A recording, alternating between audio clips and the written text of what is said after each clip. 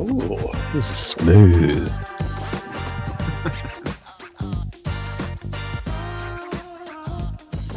Kind of like it. I like it. It's like morning vibes on an island somewhere, tropical island. Well, good morning, everybody, and welcome to the Camera Life podcast. It is Thursday, the 27th of March. I think we're on episode 64. I'm losing count, so I think maybe we'll just stop calling out the episodes because they're just flying everywhere. We do twice a week. So for those of you that don't know, we do a Monday night show as well at 7:30 p.m. Australian Eastern Time. We have our regular Thursday morning at 9 a.m. Australian Eastern Time. So make sure you like and subscribe to the channel. And don't forget, we've got a back catalogue of videos. We've also got a back catalogue of audio podcasts. But enough preamble. Today, obviously, we are joined by, and Justin is back. I'm back from his absence on Monday night. Welcome, boss. Good to have you back in the studio. It's great to be back. It's great to be back. And I missed you guys. I was glad I could call in for a quick little chat on Monday, but I missed being on the show. He was still there. Yeah, that's a bit fun. It was good. And of course, we've got Jim. Hi, Jim. Jim, strap maker, packer extraordinaire, among us. Wedding and boudoir photographer extraordinaire. Wedding and boudoir photographer. I've been seeing some of your images on socials, your boudoir shots. I do love your style, Jim, I must say. I really like the way that you work with light and human form. And so if you guys are curious, this episode is going to be an interview, hopefully still with the legendary Dan Paris, but I think he's been held up. So we decided just to go live, and hopefully he'll be joining us shortly. And if he's not, I mean, we'll still have a fun time. Yeah, we've still got stuff to say. That's right. Good morning, David. Mascara was here. He was here early, holding his breath, waiting for us to go live. Yeah, hope you haven't passed out. yeah, you can breathe out now, David. It's good. Ian Thompson, good morning. Morning. And Elena thought Dan looked different in his photo. Yeah, I think he's far more handsome than us. He's a very handsome man. Good morning, Elena. Handsome Dan. Good morning, Elena. Good morning, Ian and David. Anyone else that's watching or listening along? I think that's it at the moment. But the comment section's there for you guys. So just go for it. Ask us anything, literally. We'll tell you if a topic is too sensitive or not PG or not. What's that work acronym? We go live. It's not safe for work. Why we have the live shows, because we want the two-way. Yeah, we want to talk. We want to hear what your thoughts are on things. Yeah. We want otherwise you guys to yell back at us. A really polished podcast. That's right. Well, I mean, we do our best, don't we? I just got back from Bright, as you're aware, which was a photo shoot, 2 days. But I'm heading away straight after this podcast again. It's a busy week for me, which is kind of fun. But we're going to, Yelena and I are going down to Wilson's Promontory. Oh, nice. And it's not work. It's just a weekend away for Yelena's birthday, which was a couple of weeks ago. Yeah. And that's going to be fun. Was this her present? Yes, it was her present. I'm taking her away in our van to a free campsite for her birthday. First class all the way, Elena. Is it a present this year, or was it a present 4 years ago? It's both. Quiet, Jim. So yeah, I'm actually excited to go on a wander around. I don't know anything about down there other than that it's quite beautiful. So I'm going to do some photo walks, and I'm even contemplating dusting off the old vlog camera and maybe making a video, but I don't want to put too much pressure on myself.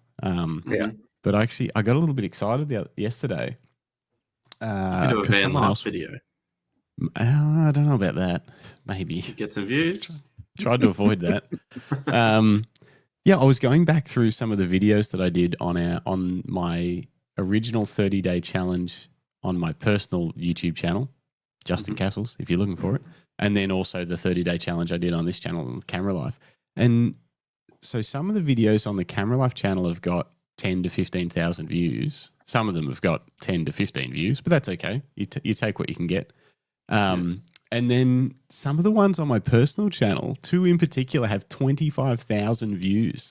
And so one of them is a video I made on the train to Melbourne Literally filmed it on the train to Melbourne about how to connect 2 sets of Bose Bluetooth headphones to one iPad, because you can't do it without buying this little a dongle adapter thing. And anyway, so I made that video. And it's got all these comments on there too. The most recent comment is actually someone saying, "Thank you so much. I've been struggling with this for years. I want to marry you."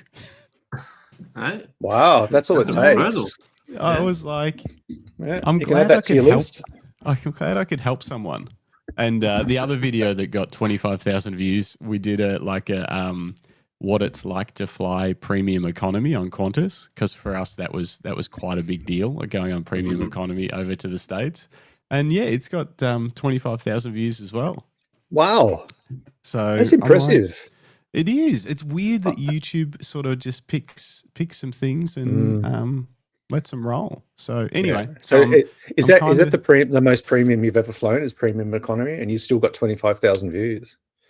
I flew business once for a work trip, but it was on a jumbo jet. For those of you that are familiar with those, 747, old school. It still had TVs in business class. The TVs were in the roof. And not the little drop-down TVs. It was a tube TV. A tube TV. You know, it was mounted on an angle. Yeah. It was a tube. Everyone watched the same thing. Oh, yeah. Yeah, there was no picking what movie you watched. They were like, all right, we're going to put some movies on now.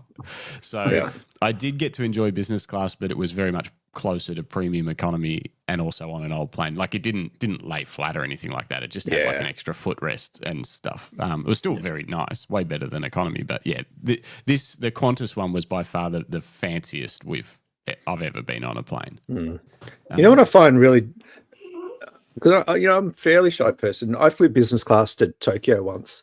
I had an upgrade offer and it was really cheap. It was like an extra $120. I can go to business class, sorry. And they seat all the business people first and all the club members and all of that. And then all the poor people have to walk past you while you're sipping a samosa. That's right. That's part of the marketing. Swapping business cards with the chaps next to you. Oh, what are you into? Oh, I'm in photography and travel. And then I'm a photographer. I'm a professional travel photographer. Oh, travel. Yes. And it's it's a bit wanky, but it was nice for sure. It is nice. Should you get boarded last? Well, in theory, yes, but no. You should get boarded whenever you want. That's how it works. So when I catch a plane, I wait until everyone's gone on, and then I get up and go and walk straight on. Yeah, but then you don't have space in the overhead lockers for that's the risk. Way too much camera gear that you've bought. Jimbo likes to live on the edge, Justin. Clearly, he does like to live. It's not on the edge. No one's ever had to call my name over the PA. Yeah, I've never had that either. No. But business class is nice, but it is a bit wanky. Did you get to go in a lay down seat thing? No, it was on a Jetstar, so it really wasn't business class. It was just economy. It was just economy Qantas, but it sounds good to say I went business class to Japan. What did we fly, Justin? Was it to Cambodia or home from Cambodia? Yeah, we did it. We did essentially that. It was business class, but it was either on Jetstar or AirAsia or one of those ones. And yeah, they're essentially quite similar to premium economy. Yeah, they're just big. I mean, it was big seat, goes back a bit further. Yeah, and you get nicer food and drinks. Exactly. You know what's interesting is I don't like champagne at all. But when you get boarded on the plane first, and then someone comes up to you and says, "Would you like a champagne?" You're like, "Yeah, I would." In a real glass. In a real glass. Thank you. Thank you very much. Yeah, you don't have plastic cutlery. Anyway, this doesn't come looking like it's been run over. This is a photography podcast. Oh yeah, we're way off. Well, we are talking about travel photography. Morning, Dave. Did you frog? Morning, Philip Johnson. Have you guys traveled anywhere? I want to know. I'm very excited about traveling to India after our interview with Glenn. That does excite me about for very much for like a travel experience, but for photography as well. That's going on the list for sure. That kind of I'd never wanted to go to India, but that made my list after watching what's his bloody name? Dennis's video at BFOP, the slow-mo, the ultra slow-mo high-res video he shot. Well, everyone thought he was taking stills, like these people walking around the streets of India. He was doing street photography, but they didn't know he was videoing them in slow motion. So there's these beautiful, hyper smooth videos of these kids and adults and all sorts of people on the streets of India, and they've got these beautiful connections with one another. And yeah, it really inspired me to go, well, there's something more than just doing street in Tokyo, maybe India, and even like seeing your Vietnam stuff. Vietnam was really fun, and I enjoyed that. And Matt from Photo Kaizen gave me feedback on my images, and he certainly made them sound a lot better than I thought they were, which was really nice. He pumped my tires right up, and it made me want to go and take more photos like that. Yeah, and be a bit more mindful about stuff, which was nice. Yeah. What are you going to say, Jim? Cool. Oh, maybe that's the point. Maybe he's also trying to inspire people to keep shoot more. It sounds like it, and not just knocking people, not just, I guess, critiquing, but also like inspiring to keep going. It definitely had that element to it, and I don't know that that's intentional. I think that's just Matt's approach to providing feedback. He's a very experienced judge. He's a AIPP judge. He's won gold awards, and like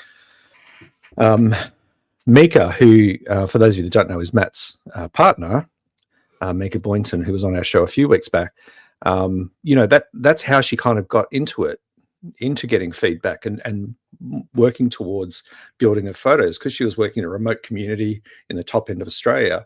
She didn't have a lot of peers to get feedback from, or clubs and things like that. So she would submit photos to as many competitions as she could, just to get the feedback to improve her photography. And she made that a commitment to herself. And, now she's running a photo gallery and selling gorgeous landscape prints. And so is Matt, obviously. So they're both, I think they're both naturally inspiring people.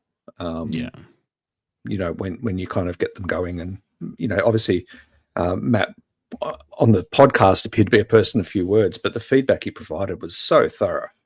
And we're actually going to do a blog. I'm assuming Justin's going to cooperate with this, but he doesn't really have a choice.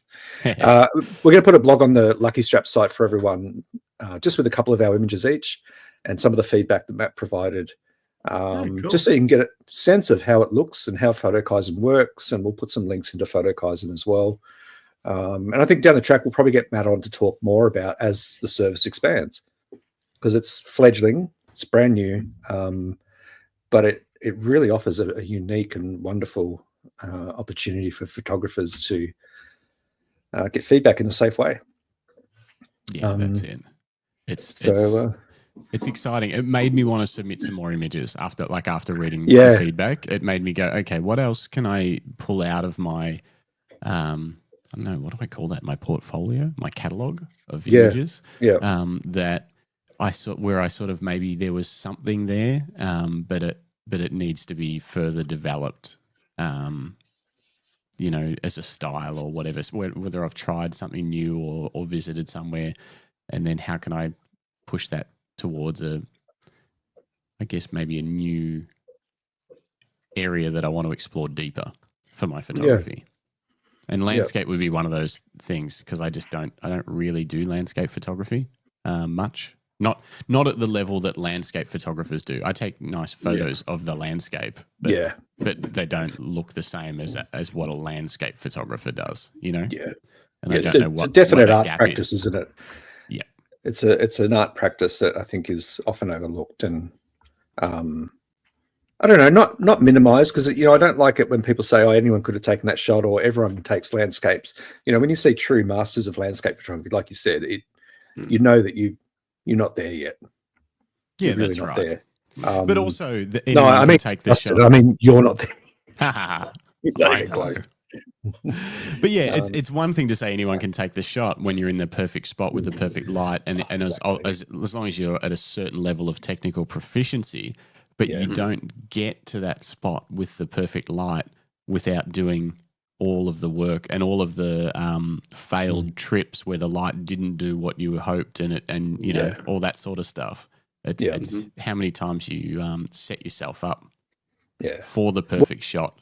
yeah, exactly. I mean, you look at Greg Carrick, who, if you guys haven't checked out his YouTube channel yet, you really need to. It's just such a humble approach to the stuff that all of us do or would like to do.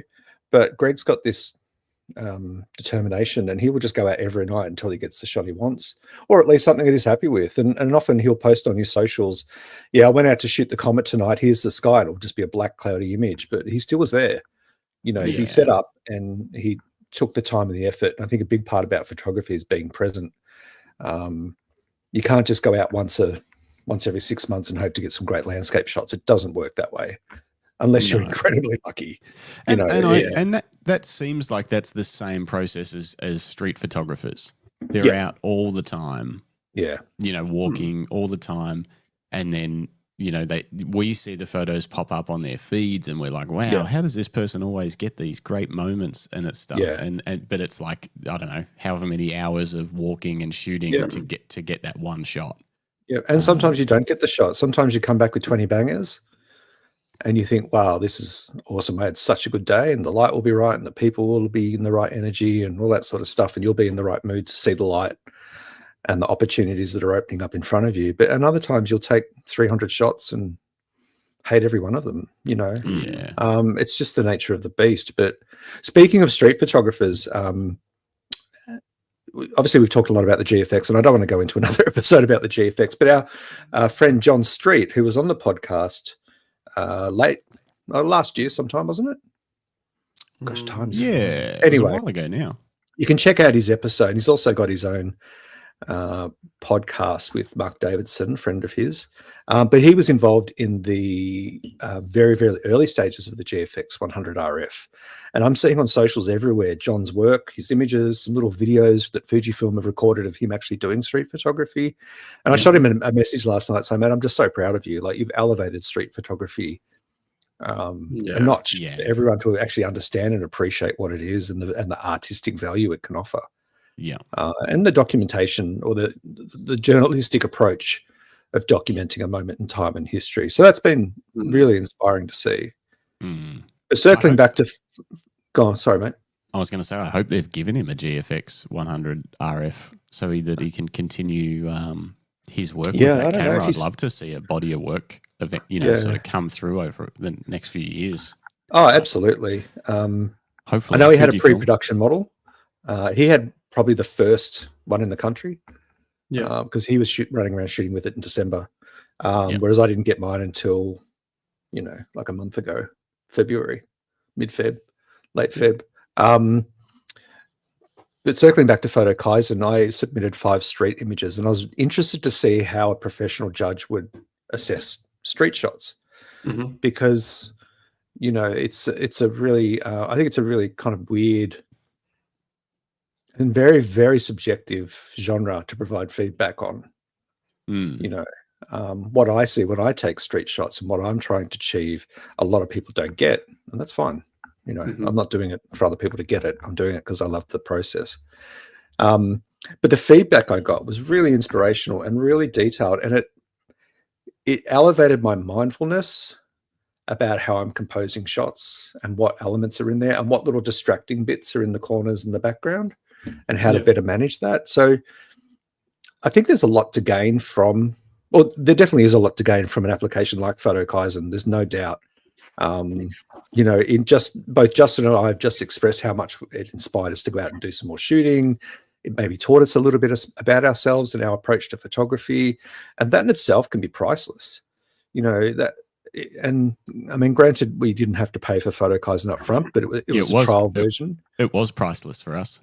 It was literally priceless, but for the small cost, and especially if you're worried about entering a competition, it's just perfect. For sure. If you've got a series of images and you're trying to sort of narrow it down, or you're trying to figure out whether that's the one, or whether your post-production on it is up to scratch for a competition or something like that, that would be super valuable. Yeah. Oh yeah, for sure. And I was just saying to Justin before we went live that I ran a street walk for a photo club in Melbourne here a couple of weeks ago, and provided a prize for whoever got the best shot of the night. And on the night, I set some restrictions around, let's shoot 1:1 aspect ratio, let's shoot black and white, and let's go with the widest lens you guys have brought, kind of thing. So really kind of really push them into a corner, because all of these people were landscape birders, wildlife photographers, all shooting with OM systems pretty much. All 25 of them, almost all of them had OM. Yeah. And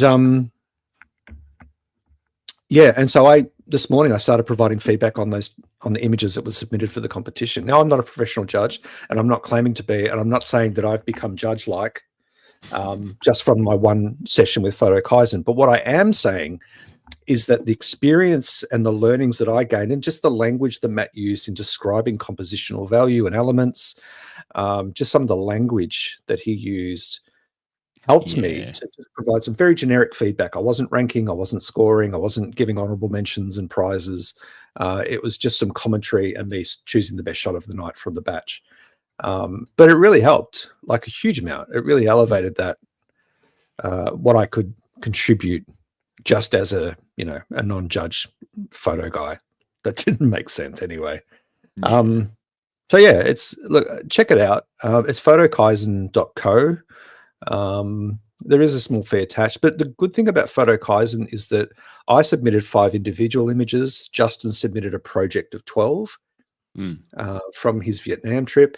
Matt will provide assessment for photo books. Like if you're prepping a photo book and you just want some final eyes on it, he'll do larger scale projects. He'll provide feedback even on your website, because Matt used to be a web designer as well, and he's obviously, over his tenure, looked at a few and created a few photography websites of his own. But he'll even provide you feedback on that. If you're wanting to set up a gallery site so you can sell your prints, but you need some feedback on whether you've got it right, well, he will do that. And I think that sort of stuff is really worth the asking price, because often when we're doing this sort of thing, and photography can be a very solo adventure, especially the business side of it. I mean, Justin and Jim were lucky you had each other to support.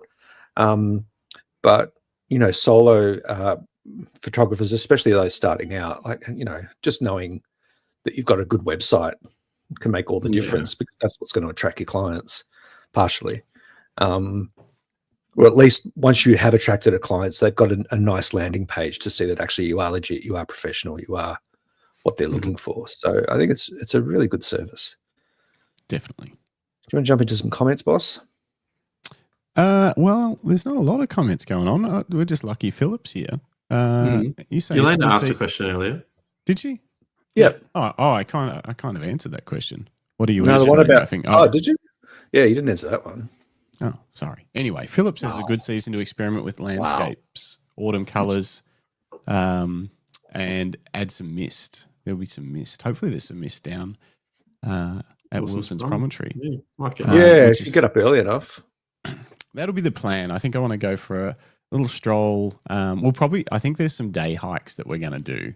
But obviously I'll take a camera, but they'll be less sort of photography based. But I want to do some strolls in the morning and the evenings just with a camera. And like I said, camera taking. Well, because I don't know what's going to happen. We might still be down there on Monday, or somewhere away on Monday. And I want to try and do the podcast. So I'll probably take most of my stuff so that I can set up for the podcast if required. Set it remotely. Yeah. I haven't actually quite figured out how that's going to work yet in the van. I do now have Starlink, but I don't. Wow. Yeah. My dad had it, and he got offered like a half price mini Starlink plan. So I got that. Nice.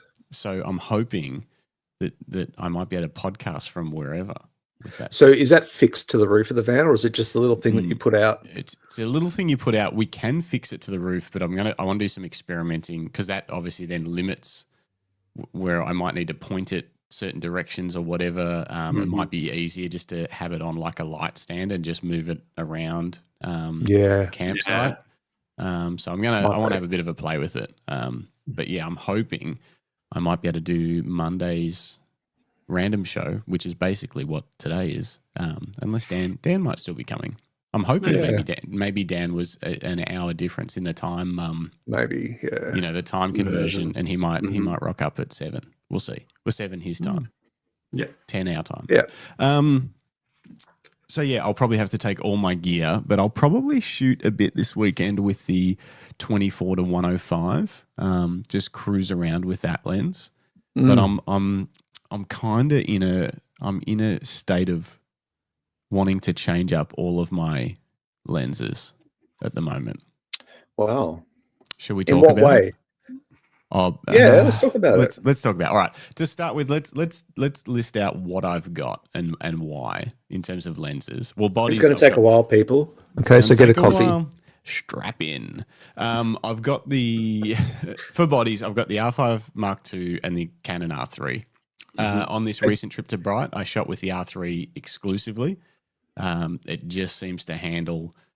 Like it overheated multiple times. It even shut down once. Like I was abusing that poor camera, shooting 4K 120 log footage in the bright sun on the side of a hill because they've logged those. Shade. There's no shade, and it was but you were also shooting images and video at the same time, weren't you? That's right. Back to back. Hybrid. And tons of slow mo. So 2 riders, which was not many, but you know, one rider would go shoot them, and then the other rider's ready to go. So the camera doesn't even have like a moment, hey, we'll reset that shot and do it again. The other rider's ready to go straight away. So the camera was just kind of getting hot. And it was fine. It did its job. But anything less than that, and we might have had to take a break purely just to let the camera cool down, which is not something you want to do when, one of the riders has driven 9 hours to be there for the shoot. It's like you don't. And it's a pro gig. It's not like you're just shooting mates on a hill. Like it's a pro gig that you're working towards. Exactly. Can I ask you a question on that? What was your thought process over taking the R3 over the R5 II? So battery life. I'd be changing batteries way more frequently on the R5 and the R3. So I've found them to have very similar autofocus capabilities. The R5's got the edge on a few things. The R3 seems to have the edge on a few things, but they're very, very similar. It's more, you've got these 2 beefy batteries and then I just carry 1 battery and 1 spare, and I know that'll do a big day of shooting. Yeah, well. You wouldn't just take both bodies? Everything's weight. My bag was heavy as it was. We were going down black. Like, so this is the thing. I'm on a bike. I'm with 2 riders that have ridden their whole lives, and I started in my 30s and is still figuring it out. And the backpack, like, it wasn't super heavy, but it's heavy. Like, by the time I put the drone in, microphones, because Will was doing like talking to the camera, all that stuff we had to do as well. So it wasn't just riding shots. He'd be, talking about the bike's features and a full review of a very professional standard that they aim for. I didn't take a tripod in the bag, but because that would have just added even more. But like I always carry a GoPro with various mounts. We need a couple of liters of water. There's already a lot in the bag. And so the second body, I had the second body in the van. So worst case, I go down the hill, I swap bodies or whatever. But that could be a 40-minute round trip.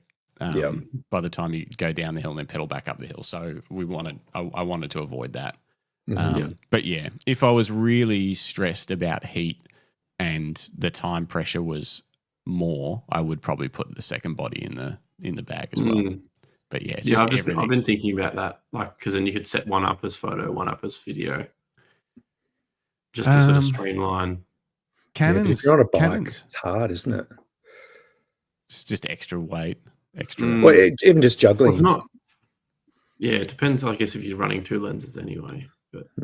But and that's the thing. So if you had one as photo and one as video, but then I'm generally working with a wider lens and a more telephoto lens. So then you're swapping lenses between the photo and the it just sort of, I think it negates. Like Canon's got this nice, doesn't your Z8 just have a nice little photo video switch? Yeah, it does. It's pretty easy.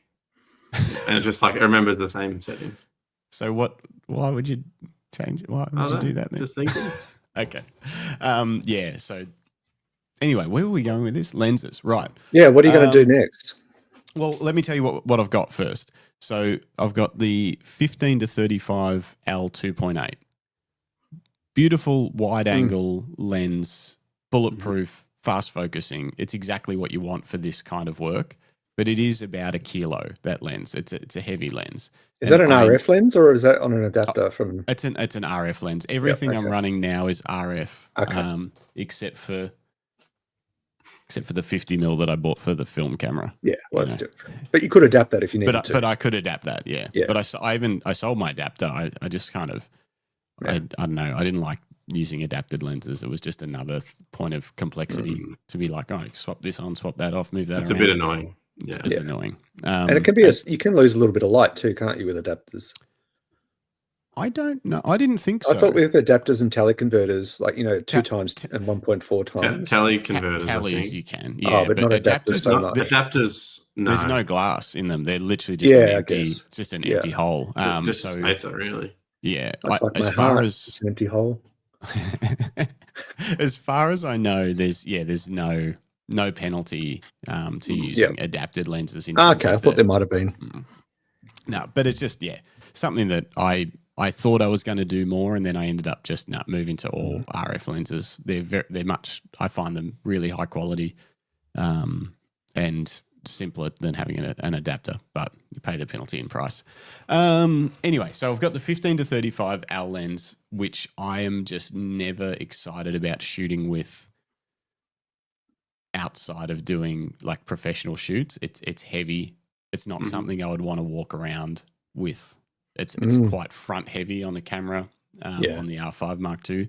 So while the R3 would be my sort of preferred camera generally for a shoot like the one that I just did in Bright, for wandering around on the weekend, the R5 Mark II is my preferred camera. Higher resolution, lower weight, comfortable. Yeah, just great camera. So then I don't like lenses that are so front heavy and long. So I've got that. I've got the 24 to 105 f4, which I shot with a fair bit in Vietnam, but I found the f4 being a bit of a limiter as light started to drop for me. Let's not get into the GFX 100 RF f4 lens, but for that, I kind of wished that I didn't have that and had a 2.8, but I'm not really excited about the 24 to 70 2.8 L lens for the same reason I don't like the 15 to 35 so much for personal stuff. It's big and heavy. It's a kilo. And you had the 28 to 72, the f2. I did when I first switched to the system. I had the 28 to 70 f2 lens from Canon, which is even heavier again. It is amazing, and I had some fun shooting with it, but ultimately I got rid of it because I wasn't really shooting weddings.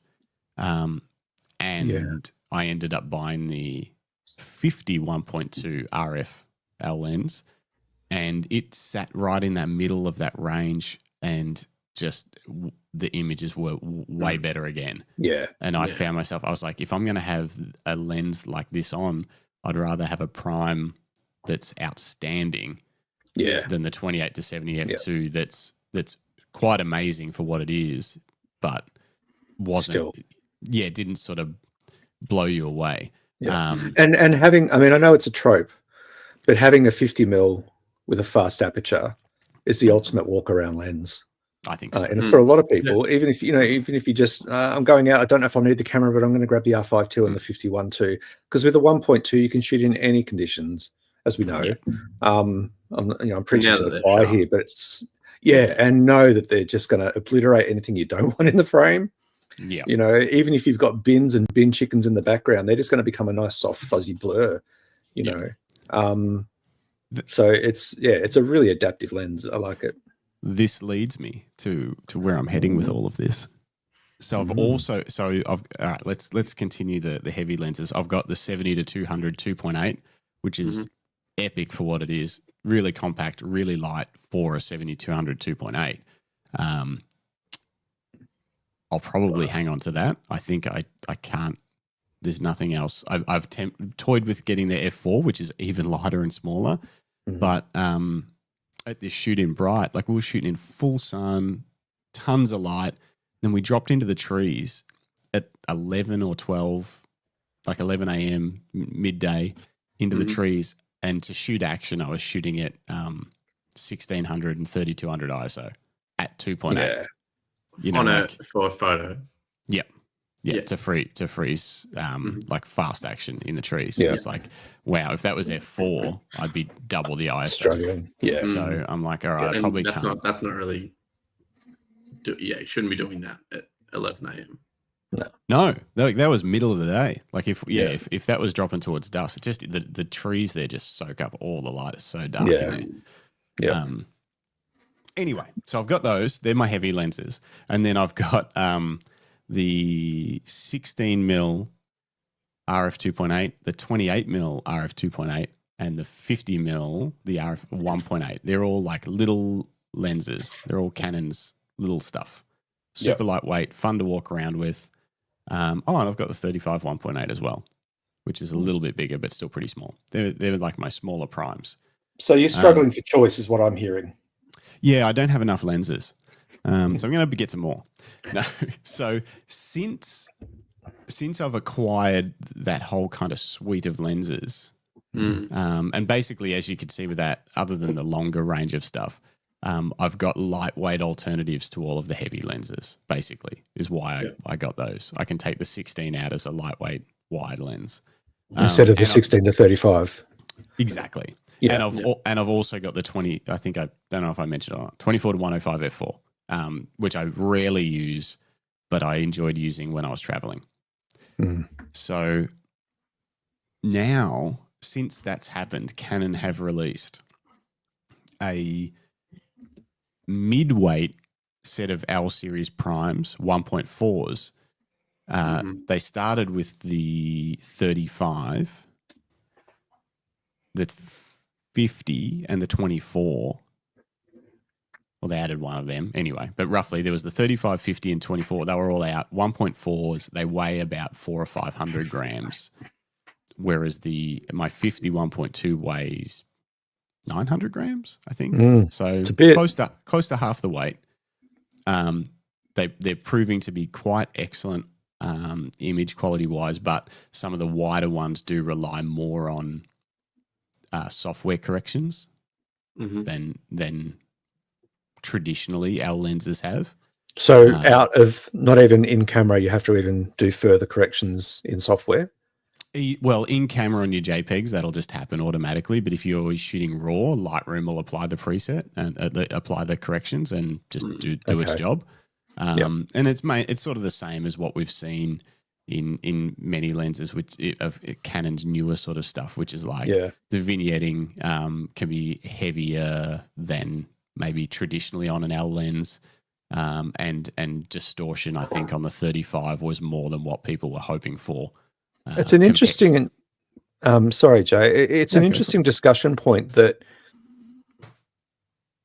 Canon, and I know other brands do it too, because they rely on kind of post-production for the final image to be beautiful. But, is there a point there where lens brands are relying too heavily on post-processing correction, especially wider lenses that are distorted slightly or that have vignetting or that, they need a little bit of fixing up? Like, is that borderline laziness from a lens manufacturer? Like, this is as far as we can push this lens. We're going to sell it for $4,000.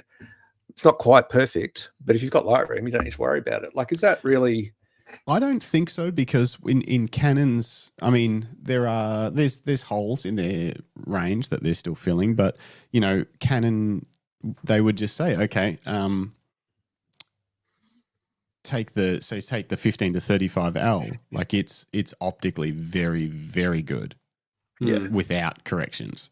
So they're making those lenses, right? And then they're making alternative lenses that are lighter or cheaper or whatever, and some maybe sacrifice. That's right. They're compromising by using, and I think if lens manufacturers aren't using those software corrections, they might get left behind.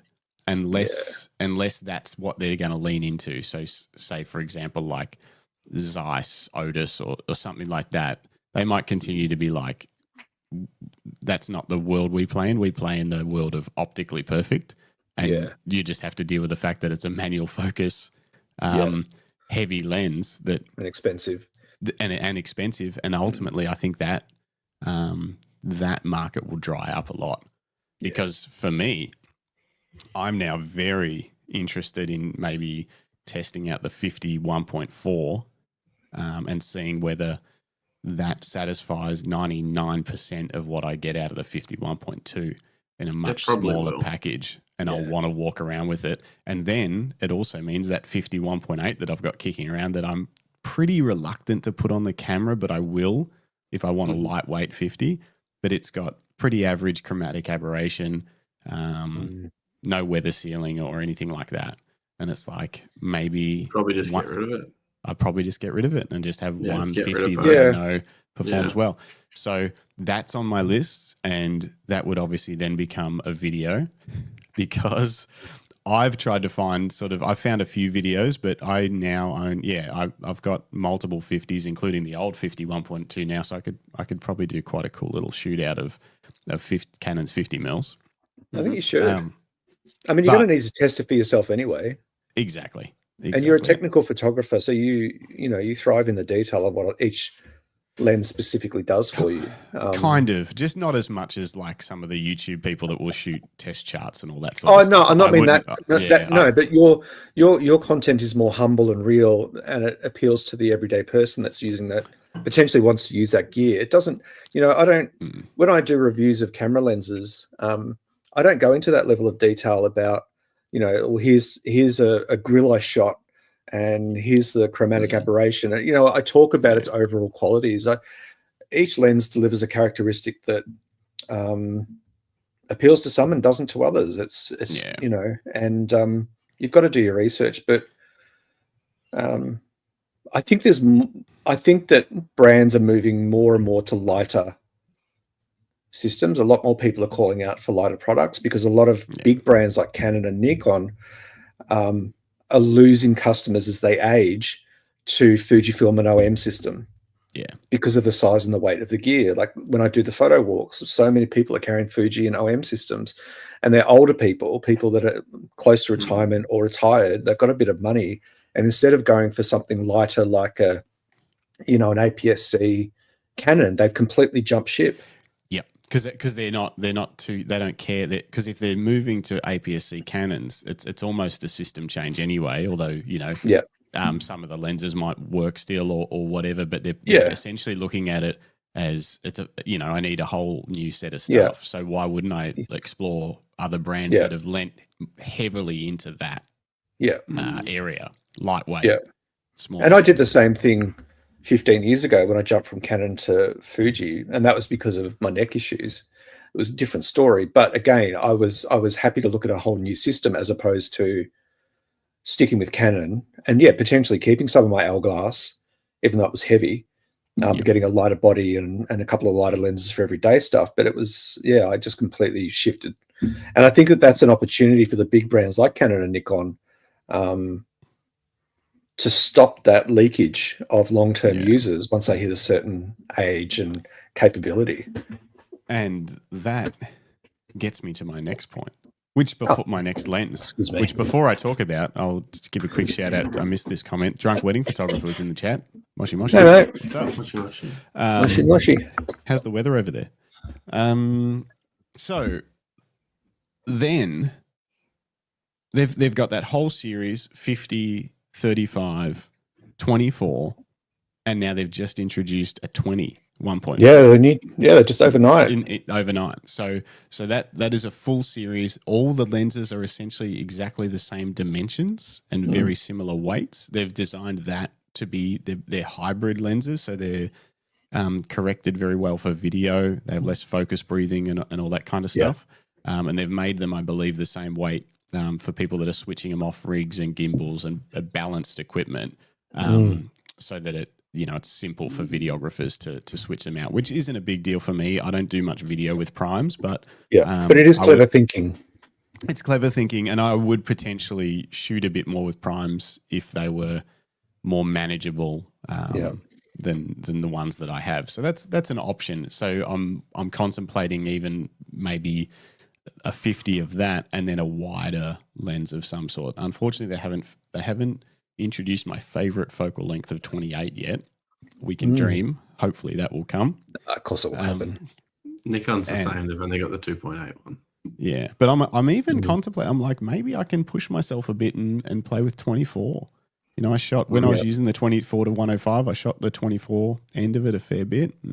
Anyway, so they've done that, but then they've also released these two really interesting zoom lenses. Again, super lightweight. I think they're right around that same sort of size and weight of these primes at about 400 to 500 grams. They've released the 28 to 70 2.8 and the 16 to 28 2.8. They're small and compact and reasonably well priced in today's new landscape of lens pricing, which is hideous, but compared to our lenses, they're reasonably well priced. And they've actually got some weather sealing as well, even though they're not our lenses. So not pool worthy. Not pool worthy, but they do have, the rubber gasket on the mount and stuff like that. Yeah. So that gives me a bit more confidence shooting with them. Whether they could do the stuff that I do with mountain biking, I'm not sure. I'd probably have to do some testing, but I would much rather 16 to 28 2.8. 16 to 28 2.8. So and with half the weight of the L lens. Like with what you shoot on the 16 to 35, I'm assuming. 15 to 30. You would very rarely shoot at the over 28 end of the third. I do actually. I do quite a bit actually for video because if I'm out shooting. Yep. So as in talking to camera stuff or talking to camera, some following shots and stuff like that. But I don't think it would be a big issue with 28. 28 to 35. I do find myself racked in a little bit to 35 because I have that gap. Usually when I'm out shooting mountain bike stuff, I have that gap. So I've got the 15 to 35 and the 70 to 200 2.8. Yeah, most of the time. 50. And then I might take a 50 mil if I wanted to fill that gap. But often I won't change lenses. I'll just use it at 35 and take a few steps closer. If I'm trying to do something in that sort of work in that range. So maybe that would be a little bit of an issue. The other issue might be whether the focus performance is up there with the L lenses because even though I've got some of the best focusing cameras and lenses on the market, I still manage to not get every shot in focus. Maybe that's more about the photographer than the gear. So I was going to say maybe I'm doing something wrong, or maybe it's just really hard to focus on mountain bikers as they pop out through backlit from a tree, from the trees with just a moment's notice. Sure, anyway, that's a good excuse. It's a great excuse. But what's interesting about these two lenses is my favorite focal length of 28. They both center on that. So depending on what I was doing, if we're talking like travel and this sort of new type of photography that I'm slowly worming my way into, I don't know what it is, travel-y, streety photography. I could pick one of those lenses to go for a walk. In Vietnam, I used a lot between 24 and 50 on the 24 to 105, and I was rarely ever over 50. So the 28 to 70 would be perfect for that. And with the 2.8, I could leave that lens on at nighttime because at nighttime in Vietnam, I would often put just the 28 mil prime 2.8 on to wander around with. So I think the 28 to 70 would be great for that kind of thing. Or if I found myself in Tokyo, Greg, for example. When we go for the Lucky Strips Christmas dinner. When we go for our Christmas party. Lucky Straps Christmas party. In Tokyo. What did I say? Lucky Trips. Lucky Trips. Lucky Trips with Lucky Straps. Strapmas party. If we went to Tokyo, I would probably want to have the 16 to 28, with 28 being my kind of street focal length, but being able to widen out to get some buildings and some environment. So both of those lenses give me kind of my favorite focal length, but with an option to either come in tighter or go out wider. And that seems like a really nice pairing that's lighter weight. They're less in your face because they're not big L series lenses. They look a little bit more consumer or prosumer out on the street, so they're not going to attract as much attention. So, yeah. Long story short, I'm kind of toying with the idea of getting those 2 zooms and 1 or 2 of these lighter weight primes, and then I would most certainly probably have to sell quite a bit of stuff to justify those purchases. Yeah. But I mean, you've already identified a couple of lenses that aren't quite there for you. And we all have that. They're there, but they don't. Yeah. They're like, it's hard. It's like they work well for the pro work, but for everyday stuff, I don't want to take it. I don't want to pick them up, you know? Well, I mean, and I think that's important because that changes your approach to how, once you do get out the door, it changes your mindset, I think. That I don't really want to shoot with this lens, but it's light, so I'll just take it anyway. You're already in a weird headspace when it comes to what you're going to produce. And I think, and sometimes, and I talk about this when I do talks at camera clubs, that sometimes too much choice isn't a good thing in lenses. No. Because exactly what you've just spent the last 15 minutes going on about. Sorry, you couldn't help it. The last 15 minutes, Greg. That's a summary of the last 2 months of my brain. I know. It's but no, we all go through it. It's that whole, look, and especially when a new lens drops on the market, because we also try to justify the need. Because, we're trained to be consumers, and that's what we do, and that's fine, provided you don't let it get away with you and send you into financial ruin. But a couple of questions I want to ask you, Justin, with your travel stuff, because so when I do travel, I've been there where I've taken every lens I own, and it nearly ruined my first trip to Japan. I ended up leaving most of my stuff in the hotel room and just walking around with primes. Would you ever go to kind of, or have like an ideal prime only kit for your travel with your R5 II? If like it was just 2 or 3 primes that you'd lightweight, like 100%. If it was, so this is tricky. I would probably, they'd have to be newer primes because the ones I've got are either too heavy or the image quality doesn't inspire me as much. They're kind of in between. And I have done that before. I've taken just the 16, the 28 and the 50 primes. They're all the lighter weight, the 51.8, the 16 2.8 and the 28 2.8. And I can shoot tons of stuff with that. If ideally, I'd probably rather have that new 20 mil 1.4 and a 50 1.4, and then I'd maybe keep the 28 2.8 in that rotation potentially as well. It depends on where I was going and what I was doing. Prime is only. That new 21.4 a stabilized lens? No, I don't think any of them are stabilized. No, I haven't read the full press release from last night, but they also dropped a 14 to 30 f4 to 6.3 power zoom lens, which is for videography. Well, I'd say more than anything. No, it's for the new little EOS RV? 50 RV camera. Yeah. So it's a new lens for that, specifically for that camera. So it's more of a kind of cheaper entry level. Video, photo, vloggy. Yeah, because it's a video vloggy kind of camera, isn't it? We'll cover that in a little bit more detail later, guys. But there's two new Canon cameras dropped overnight. Look who's in the chat. All depends on how many shots you're happy to miss. So Glenn Lavender is in the chat. And I assume he's referring to if you were to take primes only. And this is what I found in Vietnam. Yes, I love shooting with primes. It does usually seem to push me to find more creative angles and things like that. But when I'm just being overwhelmed with cool shit that I want to try and take photos of, and ideally not disturb the moments too much by trying to sort of wrangle a photo, I just want to kind of get the photo before I disturb the scene, which is what I found that, like in Vietnam. That's why I ended up with the 24 to 105 on it, on the camera most of the time. But I found f4 a little bit limiting, and it's a little bit heavier than I'd like, and I didn't use 50 to 105 really at all. Yeah. So that's why that 28 28 to 70 appeals to me. I love Glenn. Yeah, depends on how many shots you have to miss. And John, you know what's interesting? John Street was a big proponent of the sort of the mega zoom or the super zoom, but he tested out the fixed lens GFX, and I'm really interested to hear like his. Although that has a tally zoom on it.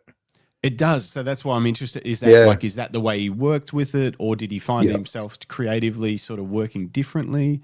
I really want to hear his thoughts on that camera. Hopefully we can get him on the show. And I think, look, you know, Glenn's comment is very real and very true. And it's, you know, we've all had that FOMO of, I'm only in Japan once every few years. Like, it's a blue moon event. And my first trip, I was like, I can't afford to miss any shots here. Like, this is a once in a lifetime trip. It's my first time in Tokyo. Yeah. Big event for me because it'd been building up for years. So I took every lens I had and 2 bodies. And it nearly ruined it because for me, it was too much. I spent more time hunting for the right lens than just enjoying the moment. And it's a different, and then, that's very different to going off and doing a mountain bike shoot. You need the right tools for the job. But it also less is more on the mountain bike shoot as well. It's the same thing, for weight, but also like you say, for choice. I want to be thinking about what we're trying to capture and the best way to capture it, not what lens should I put on the camera. That's why I've got 2 lenses in the body. I've got the 15 to 35, 70 to 200. My only choice when we get to a spot is, am I going wide or am I going long? That's it. Very simple normally mindset. What I take is one wide, one long. So it's the same. It's very. Is that what you do for weddings, Jim? Just the 2? No, and maybe I shoot 3. No, so I shoot 3 lenses for weddings generally most of the day, which is 20 because they're primes. 105. Yeah. Two primes would be a little bit, but you kind of have you have 2 bodies with 2 primes mounted, and then you'll kind of change which of those 3 primes are mounted on the bodies at any time to suit the scene you're in. So if it's a closer scene, you might just be working with the 28 and the 50. If it's a wider scene, 28 105. Probably very rarely 50 105. You're up in the balcony at the cathedral shooting down. You might go something wider and then longer again because you want to get a close up while you're up there. And I think I did shoot that. Like I shot when I did go up there. I think I shot 105 or even 50 and 28 or something. Yeah, just to get something different. Glenn says 2 bodies, 2 zooms, less misses.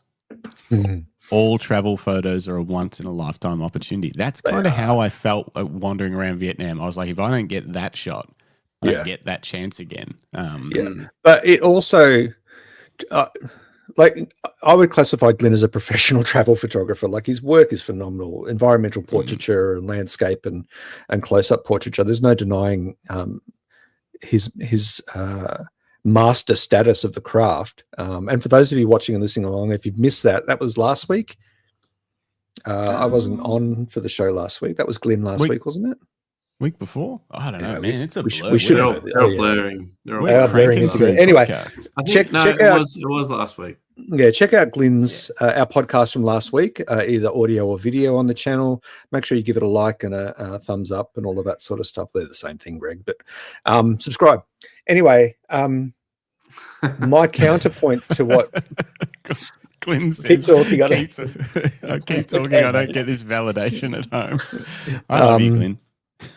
But, it also depends on what you're there to shoot and why. It's that whole thing of who do we take photos for. So when I was going to my 4 once in a lifetime trips to Japan, it was all for me.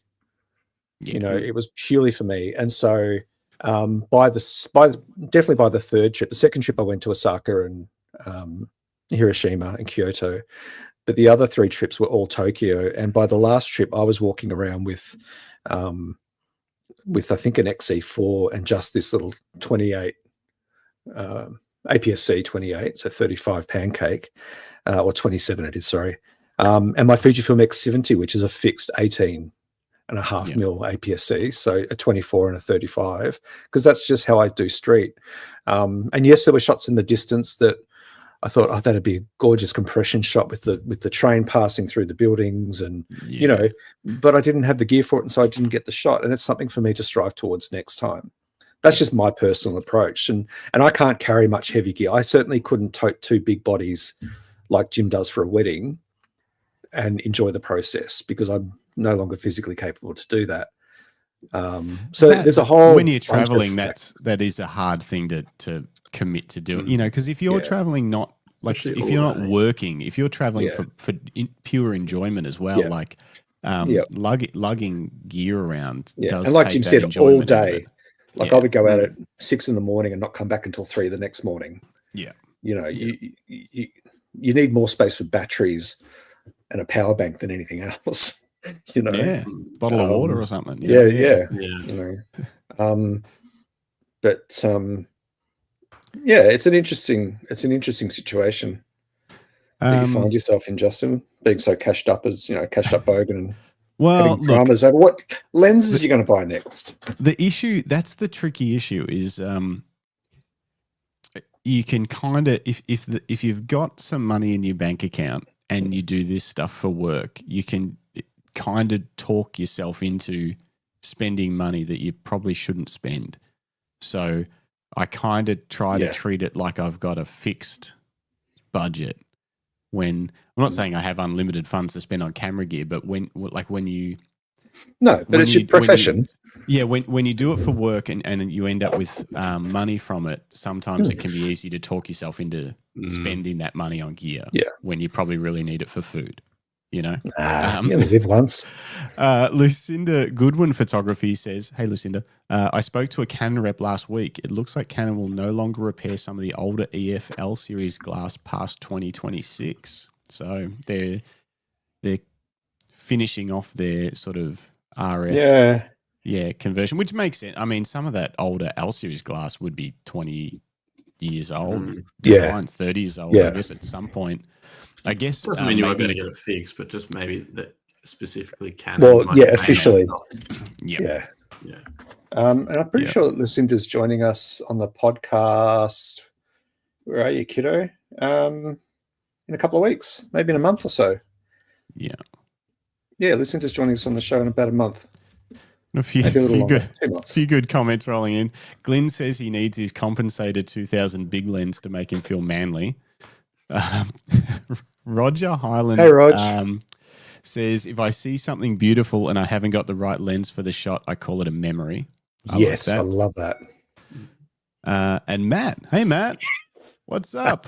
He says, Yobidashi camera in Japan may be one of the most dangerous places for one's wallet in the known universe. Yeah. Have you been there, Jay? Oh yeah. You came to that too, Jim. I'm pretty sure, We got lost as to which, there was Yobidashi. We ended up in Bic for a while. We were basically Jim was just trying to navigate camera stores without knocking things over and hitting his head on pipes and stuff. Low-hanging signs. Do you remember that nightclub we went to? Yeah, I barely remember, with the pipes, and we were jumping. We had a few fizzy drinks.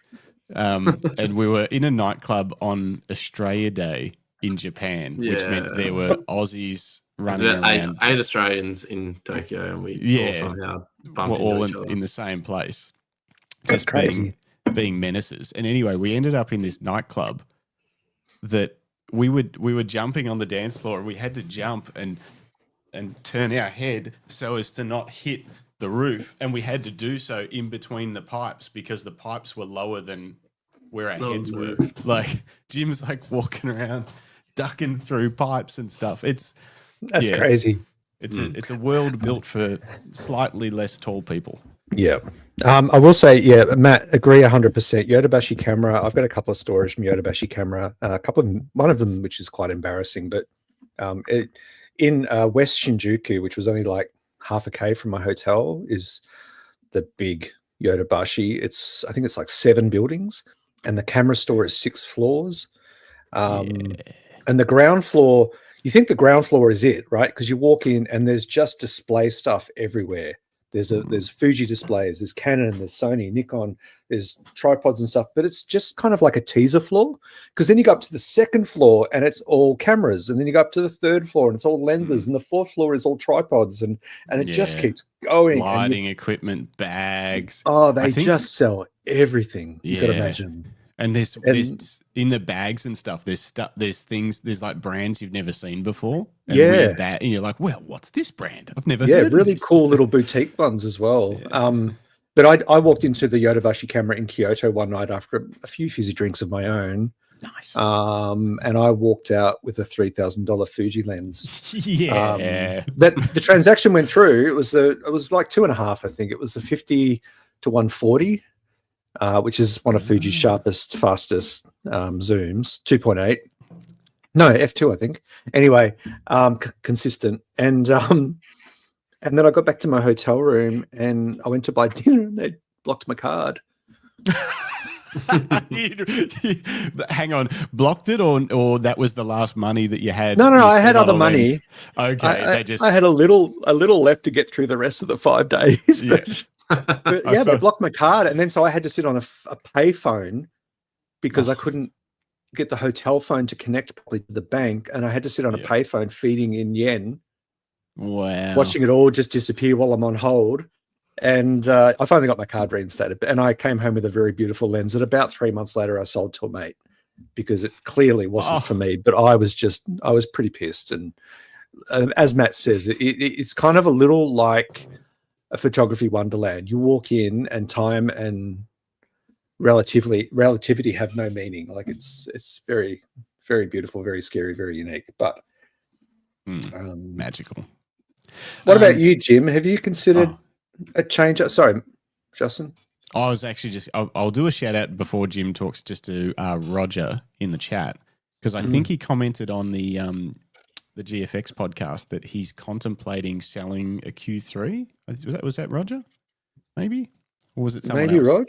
I don't know. Rog Rog shoots Fuji, and he had one of the first Fujifilm, I think it was the 50R, which was the rangefinder style body, but they didn't repeat it.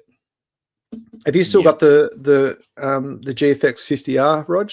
I can't remember if you're still shooting with it. We've got a yes. So my question to you, Roger, while Jim's talking, is are you selling that in the Q3 in the hopes to buy the GFX 100 RF? Is that the plan? Sorry, go on. What were you talking about? Jim's lens choices? Oh, I was just saying. Well, no, I was just saying that you've gone through this evaluation process of yourself. It's not all about you, and that's your podcast, Justin. But Jim, what about you? Are you happy with the lenses that you're using for your gigs? I am. I do want to change over to Z mount lenses. I'm actually just looking at it at the moment while you guys are chatting. What have we done? I love you. I love you so much. I've got Fujifilm up on here, looking at some new kit too. So on my second screen, I won't show you what's on my screen, or will I? What's on your screen? That's that 20mm 1.4. I was just scoping it out. Yeah, so that dropped last night. We'll cover that in a minute. Yeah, I don't know. I'm just like the Nikon 1.8. It's good. I have used it. I used it for like one shoot, I think. Hang on. So you've got still got the F mount 1.8 that you use with an adapter, but they do have a Z mount 1.8, which is essentially an updated version of the same lens. Yeah, so it just should be a little bit better in kind of. So, but you said you've rarely used it now. No, I use it a bit for dance floors, and I also use it for mountain biking. Okay. Yeah. Right. What other wide lenses have you got now?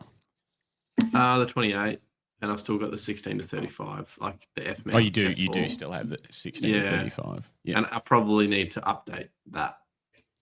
Like, is there a lens that would work like that you could cover both with, or do you still want that prime?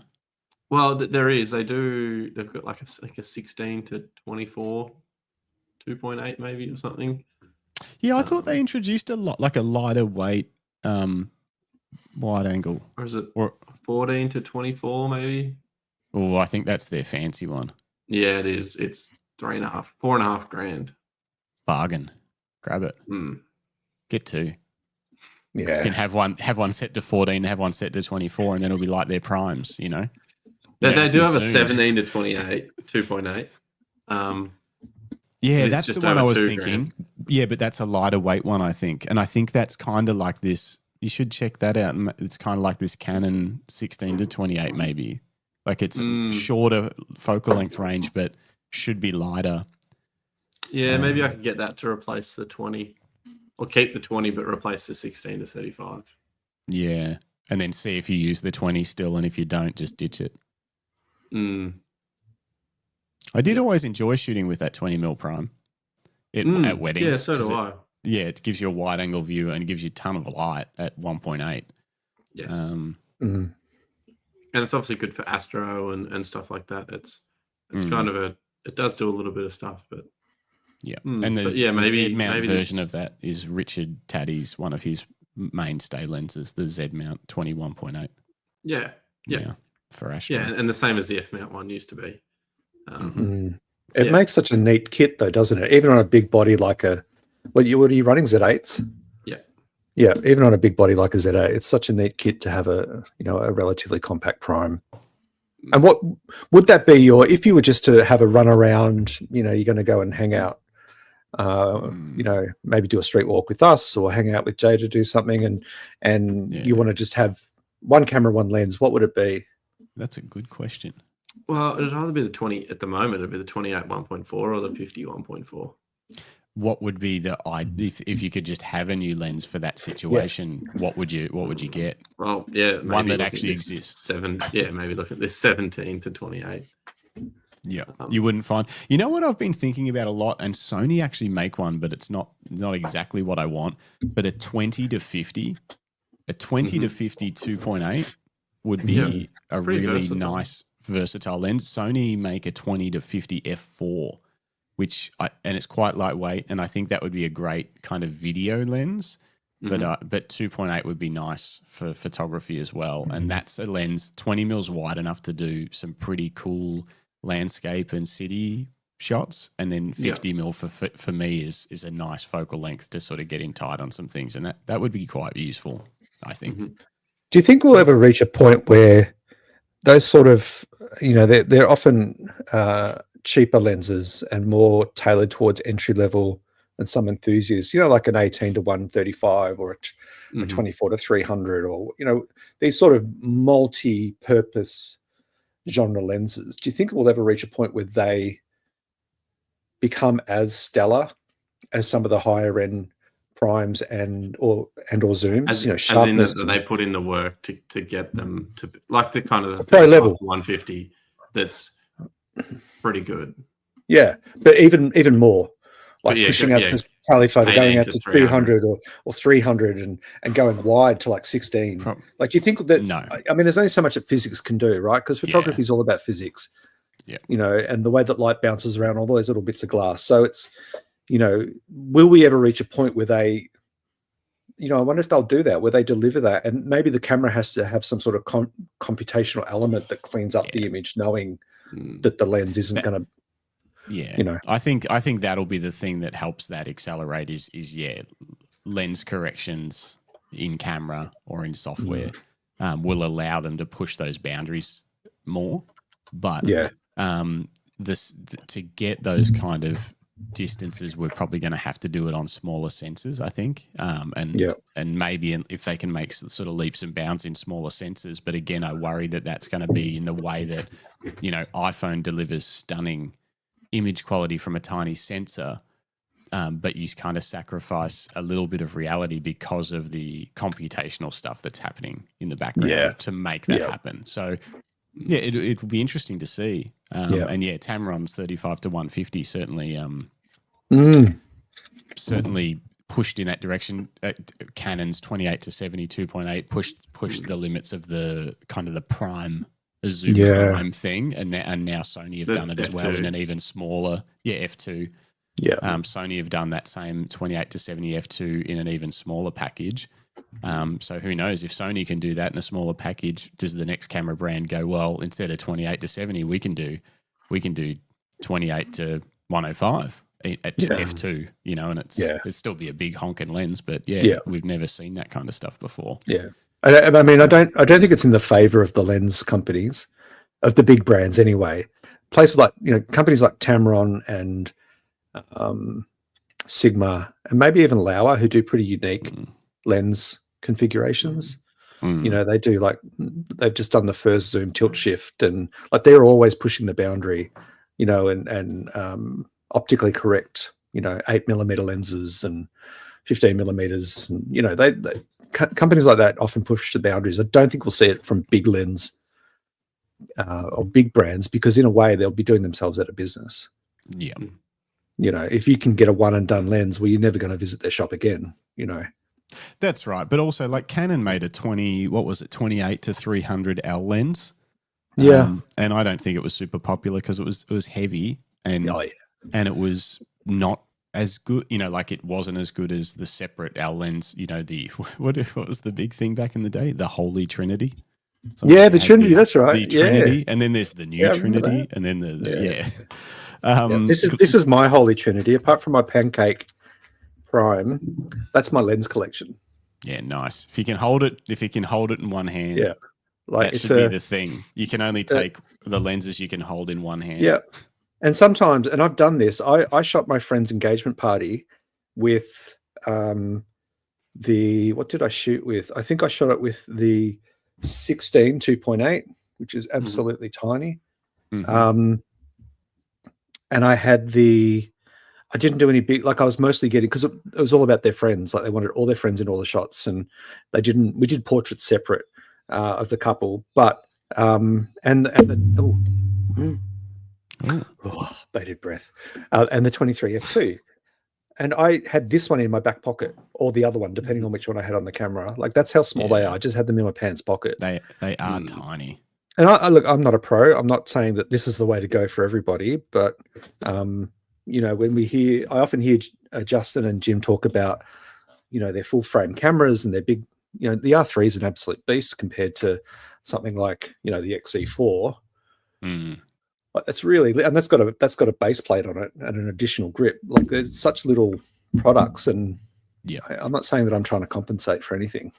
Well, I was going to ask, at that party, did anyone say, "Hey, Greg, is that a lens in your pocket?" Or no, well, I was still enjoying fizzy drinks back then, and I would say, well, that's for me to know and you to find out. But it was a bit of a slap back in those days.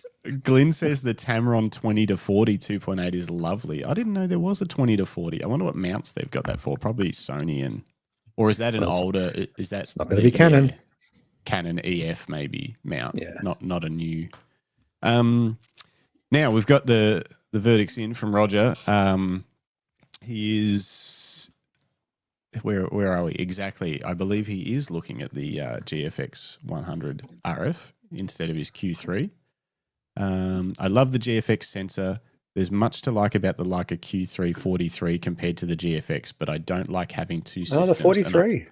And I really prefer the GFX for its sensor size, resolution, and rendering. I thought it was interesting that he's got the 43, but happy to go to the GFX, which is equivalent of a 28mm, which is closer to the Leica Q3 28mm. But obviously the cropping ability of the GFX may negate that. I don't know.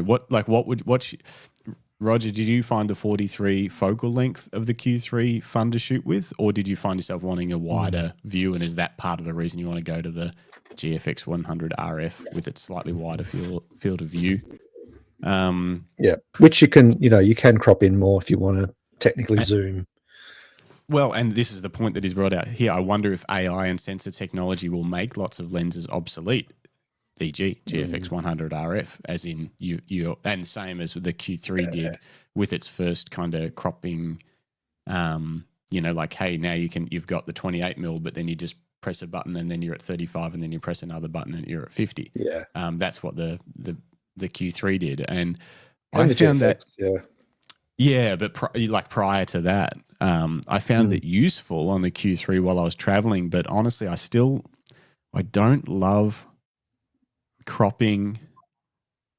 I don't know why. I don't like the look of the cropped image compared to the full image. It just makes me, I don't know, feel like I'm sacrificing something.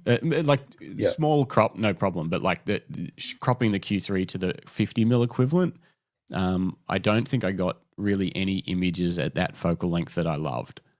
That I got images, but I didn't love any of them. Yeah, I don't know. And you are dropping once you go that far, you are dropping a significant amount of resolution. Well, you were, but on the Q3, I think it was still over 20 megapixel. So it's still plenty. Should be. Oh yeah, it's still heaps, but it's not the same as actually zooming, is it? No, it just felt. I don't know. I looked at them on the big screen. I was like, I just don't really like those, and I don't know what it is. Can't put my finger on it.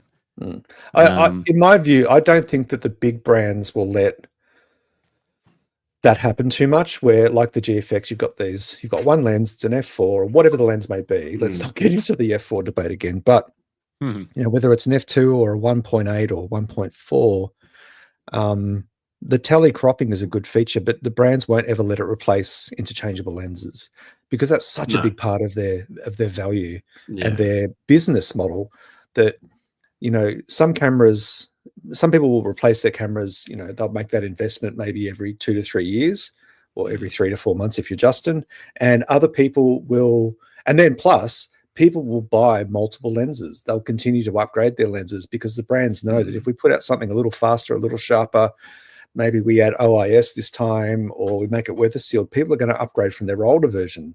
And this is what Fujifilm are doing at the moment. They're introducing some new glass in the X series range, but more than anything, they're updating older lenses that have been around for a decade almost, 7, 8 years. Some of their early introduction lenses, X series lenses, they're finally updating them, and they're adding weather sealing, and they're adding, maybe a slightly faster aperture and better optical output and that sort of thing. So I think we'll see some of it like in fixed lens cameras, like the GFX, where you can, and the Leica Q series where you can crop, but I don't think it'll ever replace. I don't believe that in our lifetime it will ever replace interchangeable lenses. There's always going to be a push from the cutting edge where, if cropping can do it, a well-designed lens will do it even better on that same sensor. You know what I mean? So it's like no matter how far they progress that stuff, you can still get better results with a lens. So maybe it might shift some of the market towards that computational side of things. Yeah, but it won't. It'll never replace. You're probably not going to see a sports photographer at the Olympics holding a GFX 100 RF and just cropping into 400 mil. Yeah, but cropping is different to compression. No, it's not. You don't reckon? No. I reckon that the look of lens compression is very different to cropping at a wide open aperture. The look of it probably is because of the quality difference that it makes. But technically, it's so funny, and the depth of field will be different. So to get a similar depth of field, but technically, if you were to at close distances, it's harder to explain. But like at a longer distance, if you got a big wide open distance to play with, technically, if I sat my cameras there with the 15 to 35 on it, and then right next to that same camera, another camera with the 70 to 200, one set to 15, one set to 200. And let's say we've got it set up so that it's the 200 mil is a waist up headshot of you. And what we call compression is the layers of background you can see that start to look bigger and foreground than life. And the way the foreground elements play into it. Exactly. Create depth. Technically, I can crop the 15 mil shot in to the same framing as the 200 mil shot, and it will have the same data in the background and the foreground. It will have that there. It will just, and it'll be the same size. But it'll be the same size, but will it have that same depth? Will it look layered? It will, yes. But the quality, obviously, it won't look the same because we to do the comparison. You'd need to work out the maths on each camera and go, this camera needs to have, say, 100 megapixels, and this one needs to have 10. Yeah. To do the right comparison, so that when you zoomed in, Well, Yeah. They the were issue then the would be same. the issue Same would be resolution. and the aperture. The issue would be the aperture, because the aperture, the visible, like the appearance of the depth of field on the 15 mil cropped in to the equivalent of 200 mil. This is an extreme example, and I can do a much better example with sort of less of a difference. We need to get you a whiteboard. But if it was cropped in, the 15 mil cropped into, it would be like the equivalent of like f1,000,000 or something, because everything would be in sharp focus. Yeah, Whereas, as true. you know, even with 200 mil, even if you set that at f16, the background will still be blurry. Yeah, you know, like because you've got such a narrow depth of field on that telephoto lens with your, depending on the subject distance from the camera and from the background. So it is going to absolutely look different. But it's often that compression effect that gets talked about with lenses, that somehow the lens, the focal length, you know, makes things look bigger or more layered or whatever. But it's really the same effect can be had with cropping. It's quite crazy. It can be had, but like I said, the quality won't be the same. Yeah, the depth of field won't be the same. So they will look different. But yeah, it's something that I didn't understand. Oh, wow. And for a long time, and I had to watch some videos on it and look at some just example photos, but you can absolutely achieve the same. You know how you will sort of say, oh, let's put the backgrounds in say the mountains in the background, and then they make them look big and stuff like that. Yeah. The same thing can be done with cropping. Yeah. Yeah. Which is why a crop sensor camera with the right lens can give you that same effect. Yeah. You know what I mean? Because a crop sensor camera is just a crop on that focal length. Yeah. So that's why they can work and give similar results, provided the lens that's on there has the ability to do that. Yeah. Yeah. I never really looked at it that way. Yeah. Derailed whatever it was you were talking about, compression though, but yeah. No, it didn't derail it. It's fine. It's a learning opportunity for me.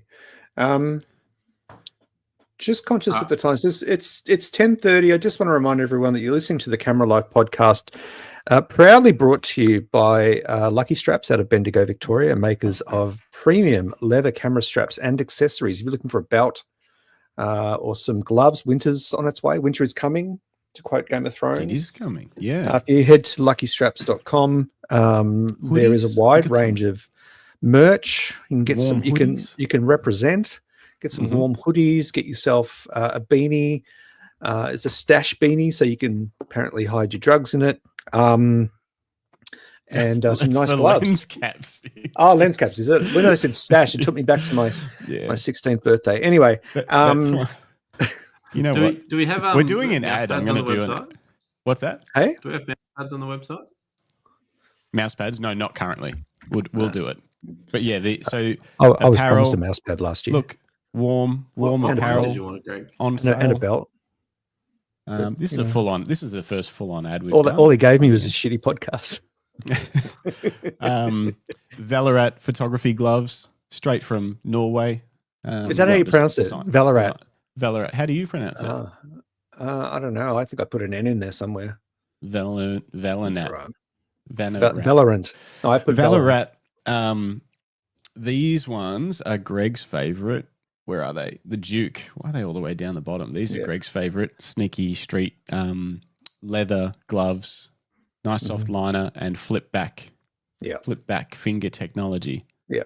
To be able to hold onto your camera. And they work like it, and because I use a wrist strap, they don't feel like it's getting in the way. Like it all works really nicely. They're really good. I wore them in bright, which is when Justin gave them to me, because it was very cold in the mornings there. Yeah, and I'd get up and go for a little stroll before I met Justin, and would. But I like these too. The Power Stretch glove liner. I use them all the time, even without any other glove. Usually, that's often enough for me to keep my hands warm. I don't really, and you can just use all your camera controls and touch screens and stuff with those glove liners on too. So yeah, anyway, that's good.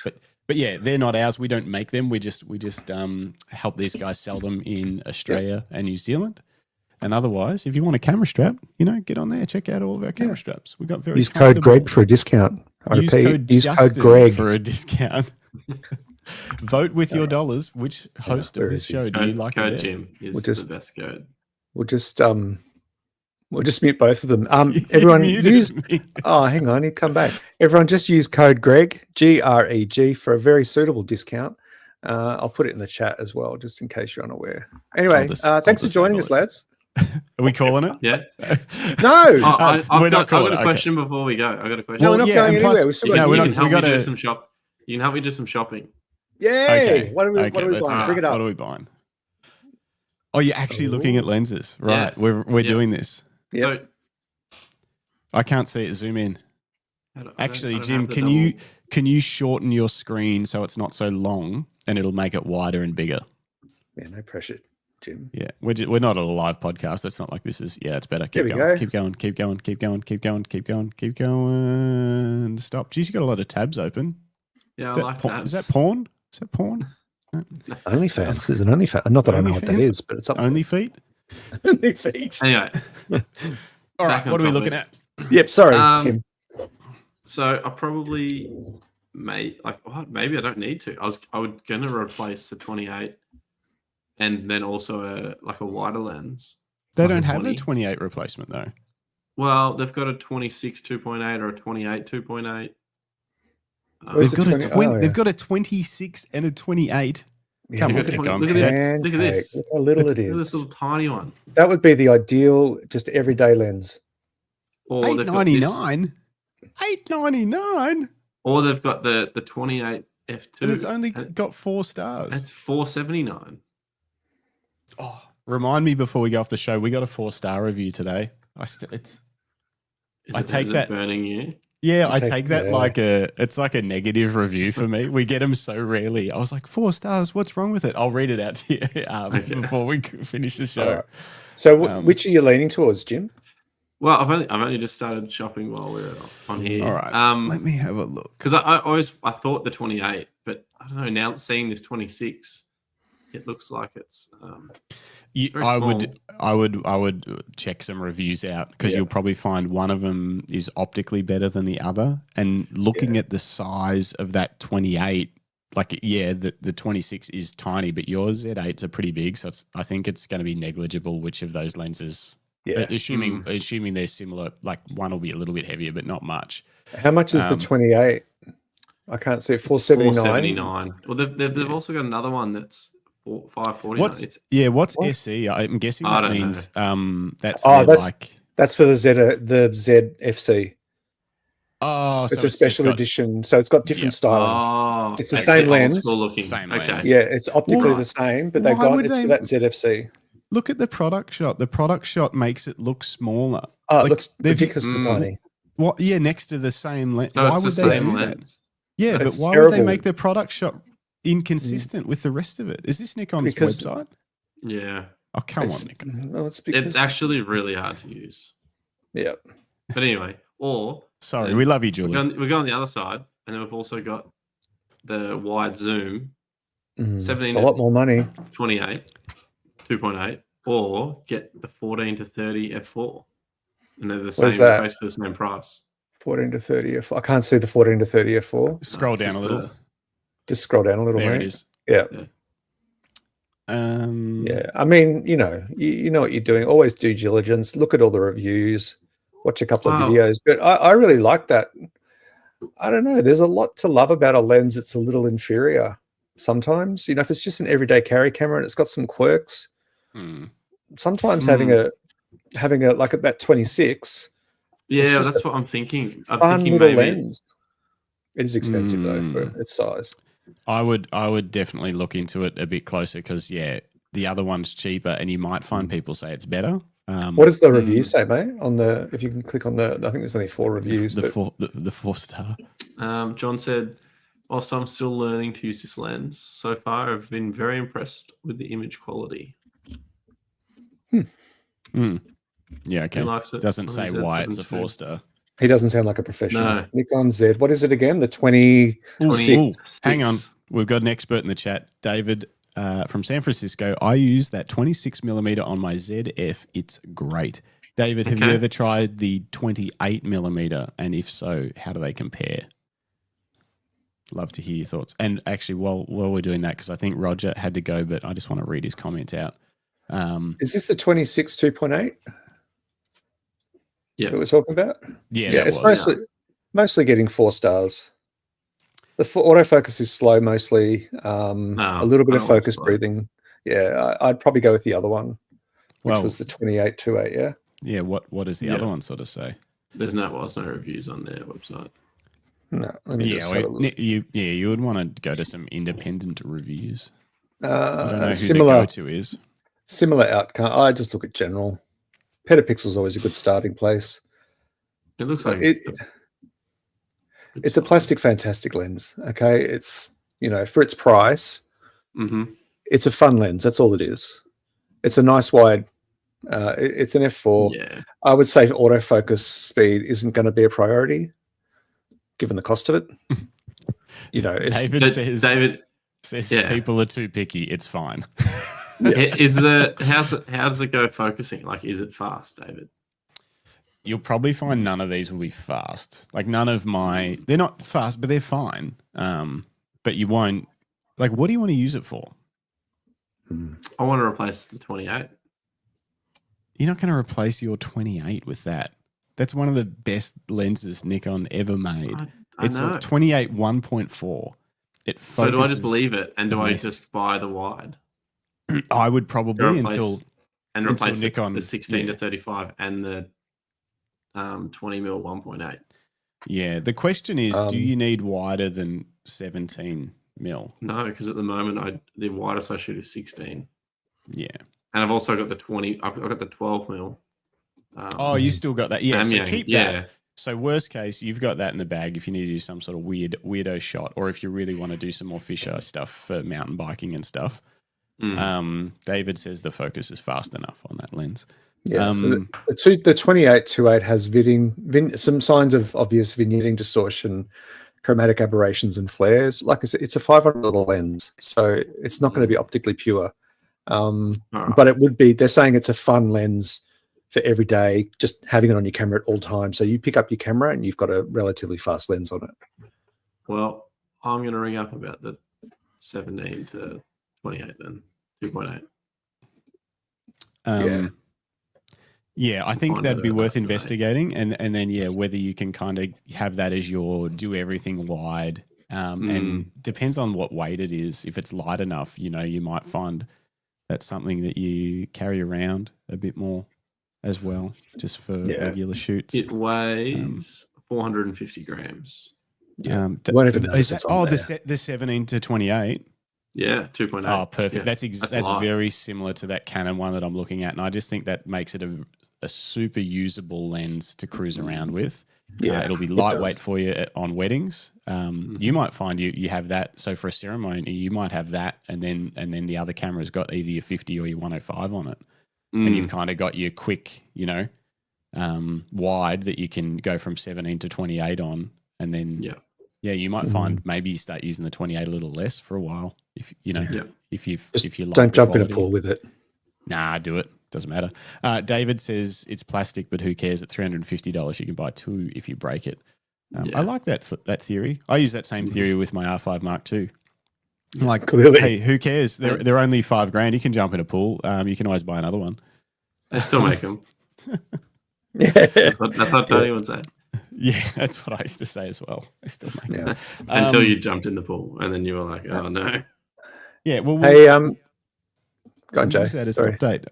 We'll use that. We'll get you to get that. Maybe I'll get my lightweight wide angle lens. Maybe we'll do a little shootout. See if Canon or Nikon are leading the race of more affordable lightweight wide angle lenses. What a specific shootout to do.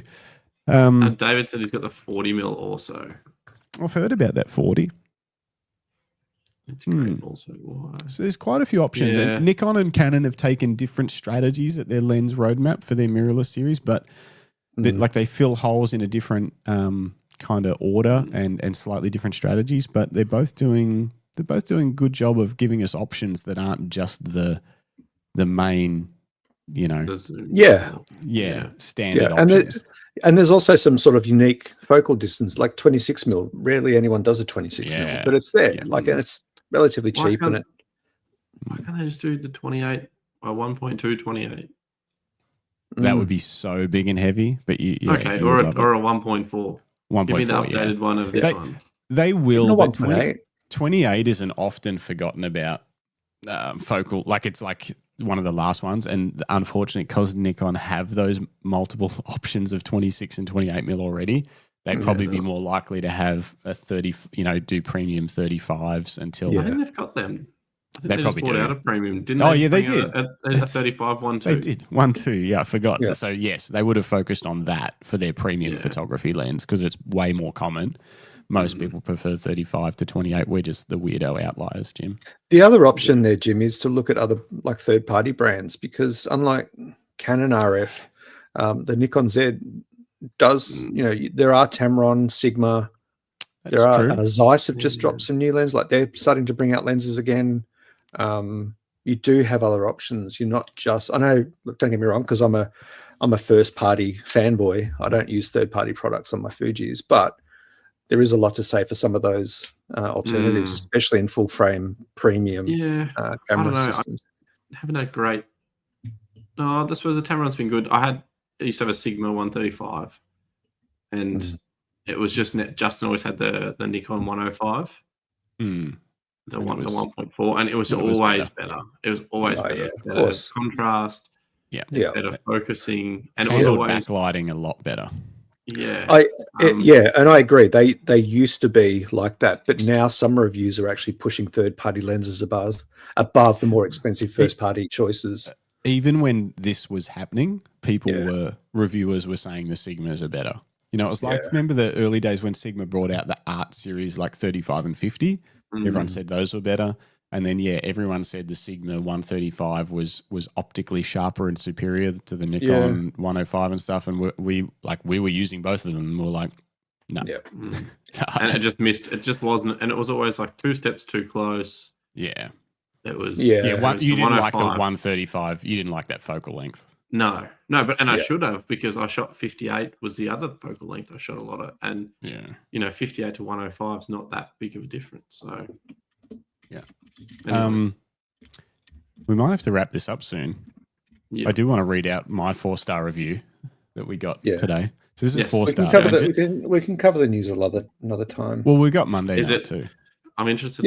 True. Yeah. What didn't they like?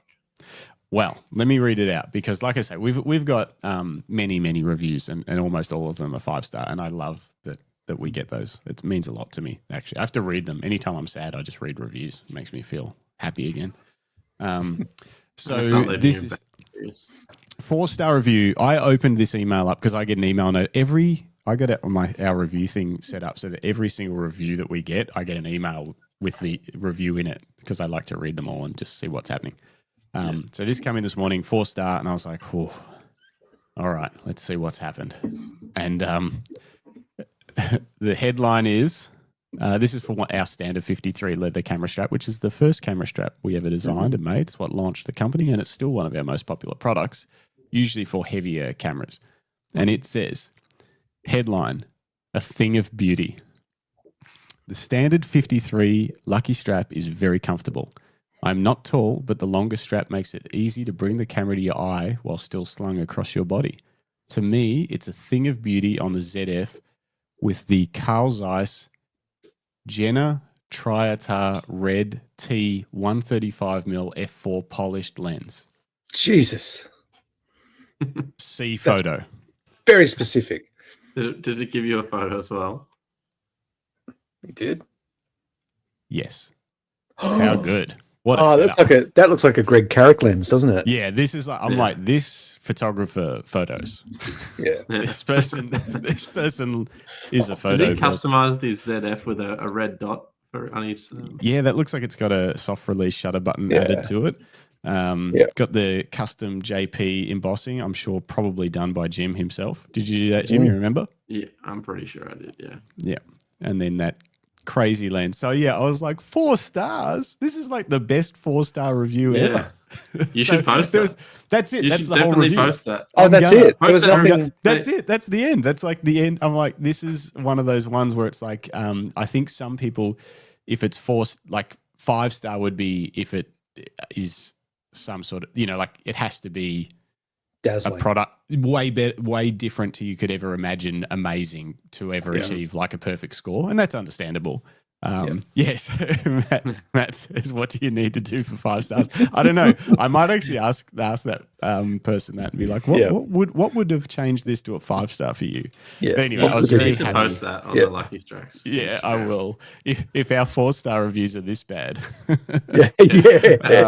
Imagine what the 5 stars are saying about Lucky Strike. Imagine what our 1,000+ 5-star reviews say. So yeah, I was pretty happy to get that. So nice.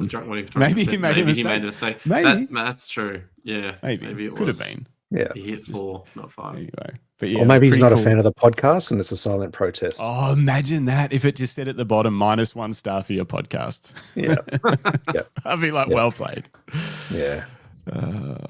All right. Should we jump to some quick news? Oh, I like this. I only leave 5 or 1-star review. Wow, yeah, that's awesome and also brutal, and I love it. That's great. It's like because everyone knows now, like if you're a food place or whatever, if you're sitting at like 3.8, like you're not good. You know, so you really, if you enjoyed it, you really do have to give them a 5-star, because if you give them a 4, it only takes like one other review to pull that way down. So you sort of got to balance it out. So yeah, I like that. I only leave 5 or 1 star. That might be me from now on. No, we can leave the news for Monday. We'll leave the news for Monday night.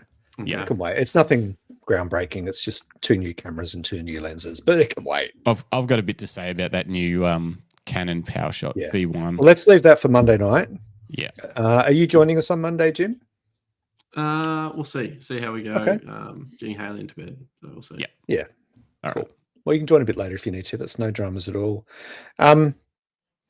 What do you reckon? Should we wrap? Sure. Is there anything else you guys wanted to cover? Let's do it. Nah. All right. I think that was good. Hopefully Dan Paris is okay. I'm sure he is. I'll reach out to him later. Yeah, we might have mixed him up on the times of the days or something. So we'll catch up with him. Or he's in WA, so it's quite a time difference. So I'll reach out to him later today and make sure everything's okay, and we'll reschedule him for another appearance, because he's got a really fascinating and interesting history and story to tell about his craft. Other than that, if you are watching or listening to us for the first time, this is the Camera Life podcast, brought to you by Lucky Straps out of Bendigo, Victoria. We just love talking about photography. We love meeting other photographers, talking to other photographers. This podcast is more about giving back to the community and being involved in the community in what we hope is a meaningful way, because we try to cover a diverse range of topics with a diverse range of guests. On that note, we have a completely random show on a Monday night, 7:30 p.m. Australian Eastern Time. And of course, this show every Thursday at 9 a.m. Australian Eastern Time in Australia. I said that twice. Make sure you stick around, and please ask us anything in the comments. And this is what we're here to do. All the episodes, while we do record them live, they're all on our YouTube channel, going all the way back to episode 1, and same as on Spotify, Apple Podcasts, anywhere you get your podcast, the audio versions are there, going all the way back. So dig through the archive, find a photography you want to listen to, and enjoy the interviews. Yeah, but make sure you subscribe and hit the bell button, because every now and then we'll do a random show, like we did on Friday night last week to talk about the GFX 100 RF, because it had just dropped the night before, and I'd been biting my tongue for 2 weeks because I had it in on the desk here while we were doing podcasts, but I couldn't show it because of an embargo. So that sort of stuff happens. And we'll be doing more of that is the goal. More product release dates, pop-up shows as quick as we can get onto things as we can. If it's a special, unique release, or if Greg's had special hands-on testing that we don't know about, secret, we'll be trying to bring those out pretty fast. Yeah. And also make sure you check out the Lucky Straps site, not only for the beautiful custom leather straps, but also check out the blog.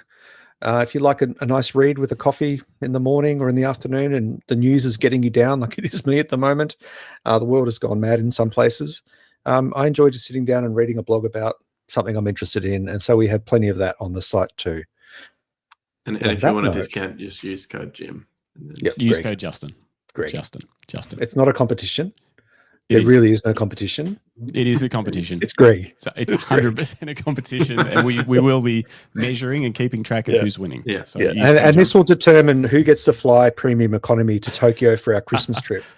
Ooh, So whoever gets the biggest discount or whoever has the most sales based on the code will get to And the fly other people premium have to pay economy. pay for themselves. Yeah. And the other people have to pay the extra for the premium economy. No. I was going to say they get to fly premium economy. They have to pay for it themselves, but they get to. Yeah. They're allowed. Either way, we're going to Tokyo at the end of the year. All right. I'm going to make that happen. Okay. If we're going to Tokyo, we'll probably do it in January. I was going to say, if we're going to do it at the end of the year, we might as well do it at the start of the year when we can go snowboarding too. See, now you've lost me After already. Tokyo and before and after. All right. Okay. You go to snowboarding in Hokkaido, and I'll head down to Hiroshima and hang out there. We'll snowboard everywhere. Whatever. And with that, Let's call it. We're done. Thanks, everybody. Thank you, David. Thank you, David number 2. We probably had a David number 3. We had Frog here earlier. Thanks, Matt. Good to see you. Philip Johnson, as always. Roger, good to see you. Glenn, thanks for the comments. Amazing. Matt. You're a wonderful man. Yelena. We'll catch you all in the next one. Yeah, Yelena. Yelena. Toodles. Bye-bye.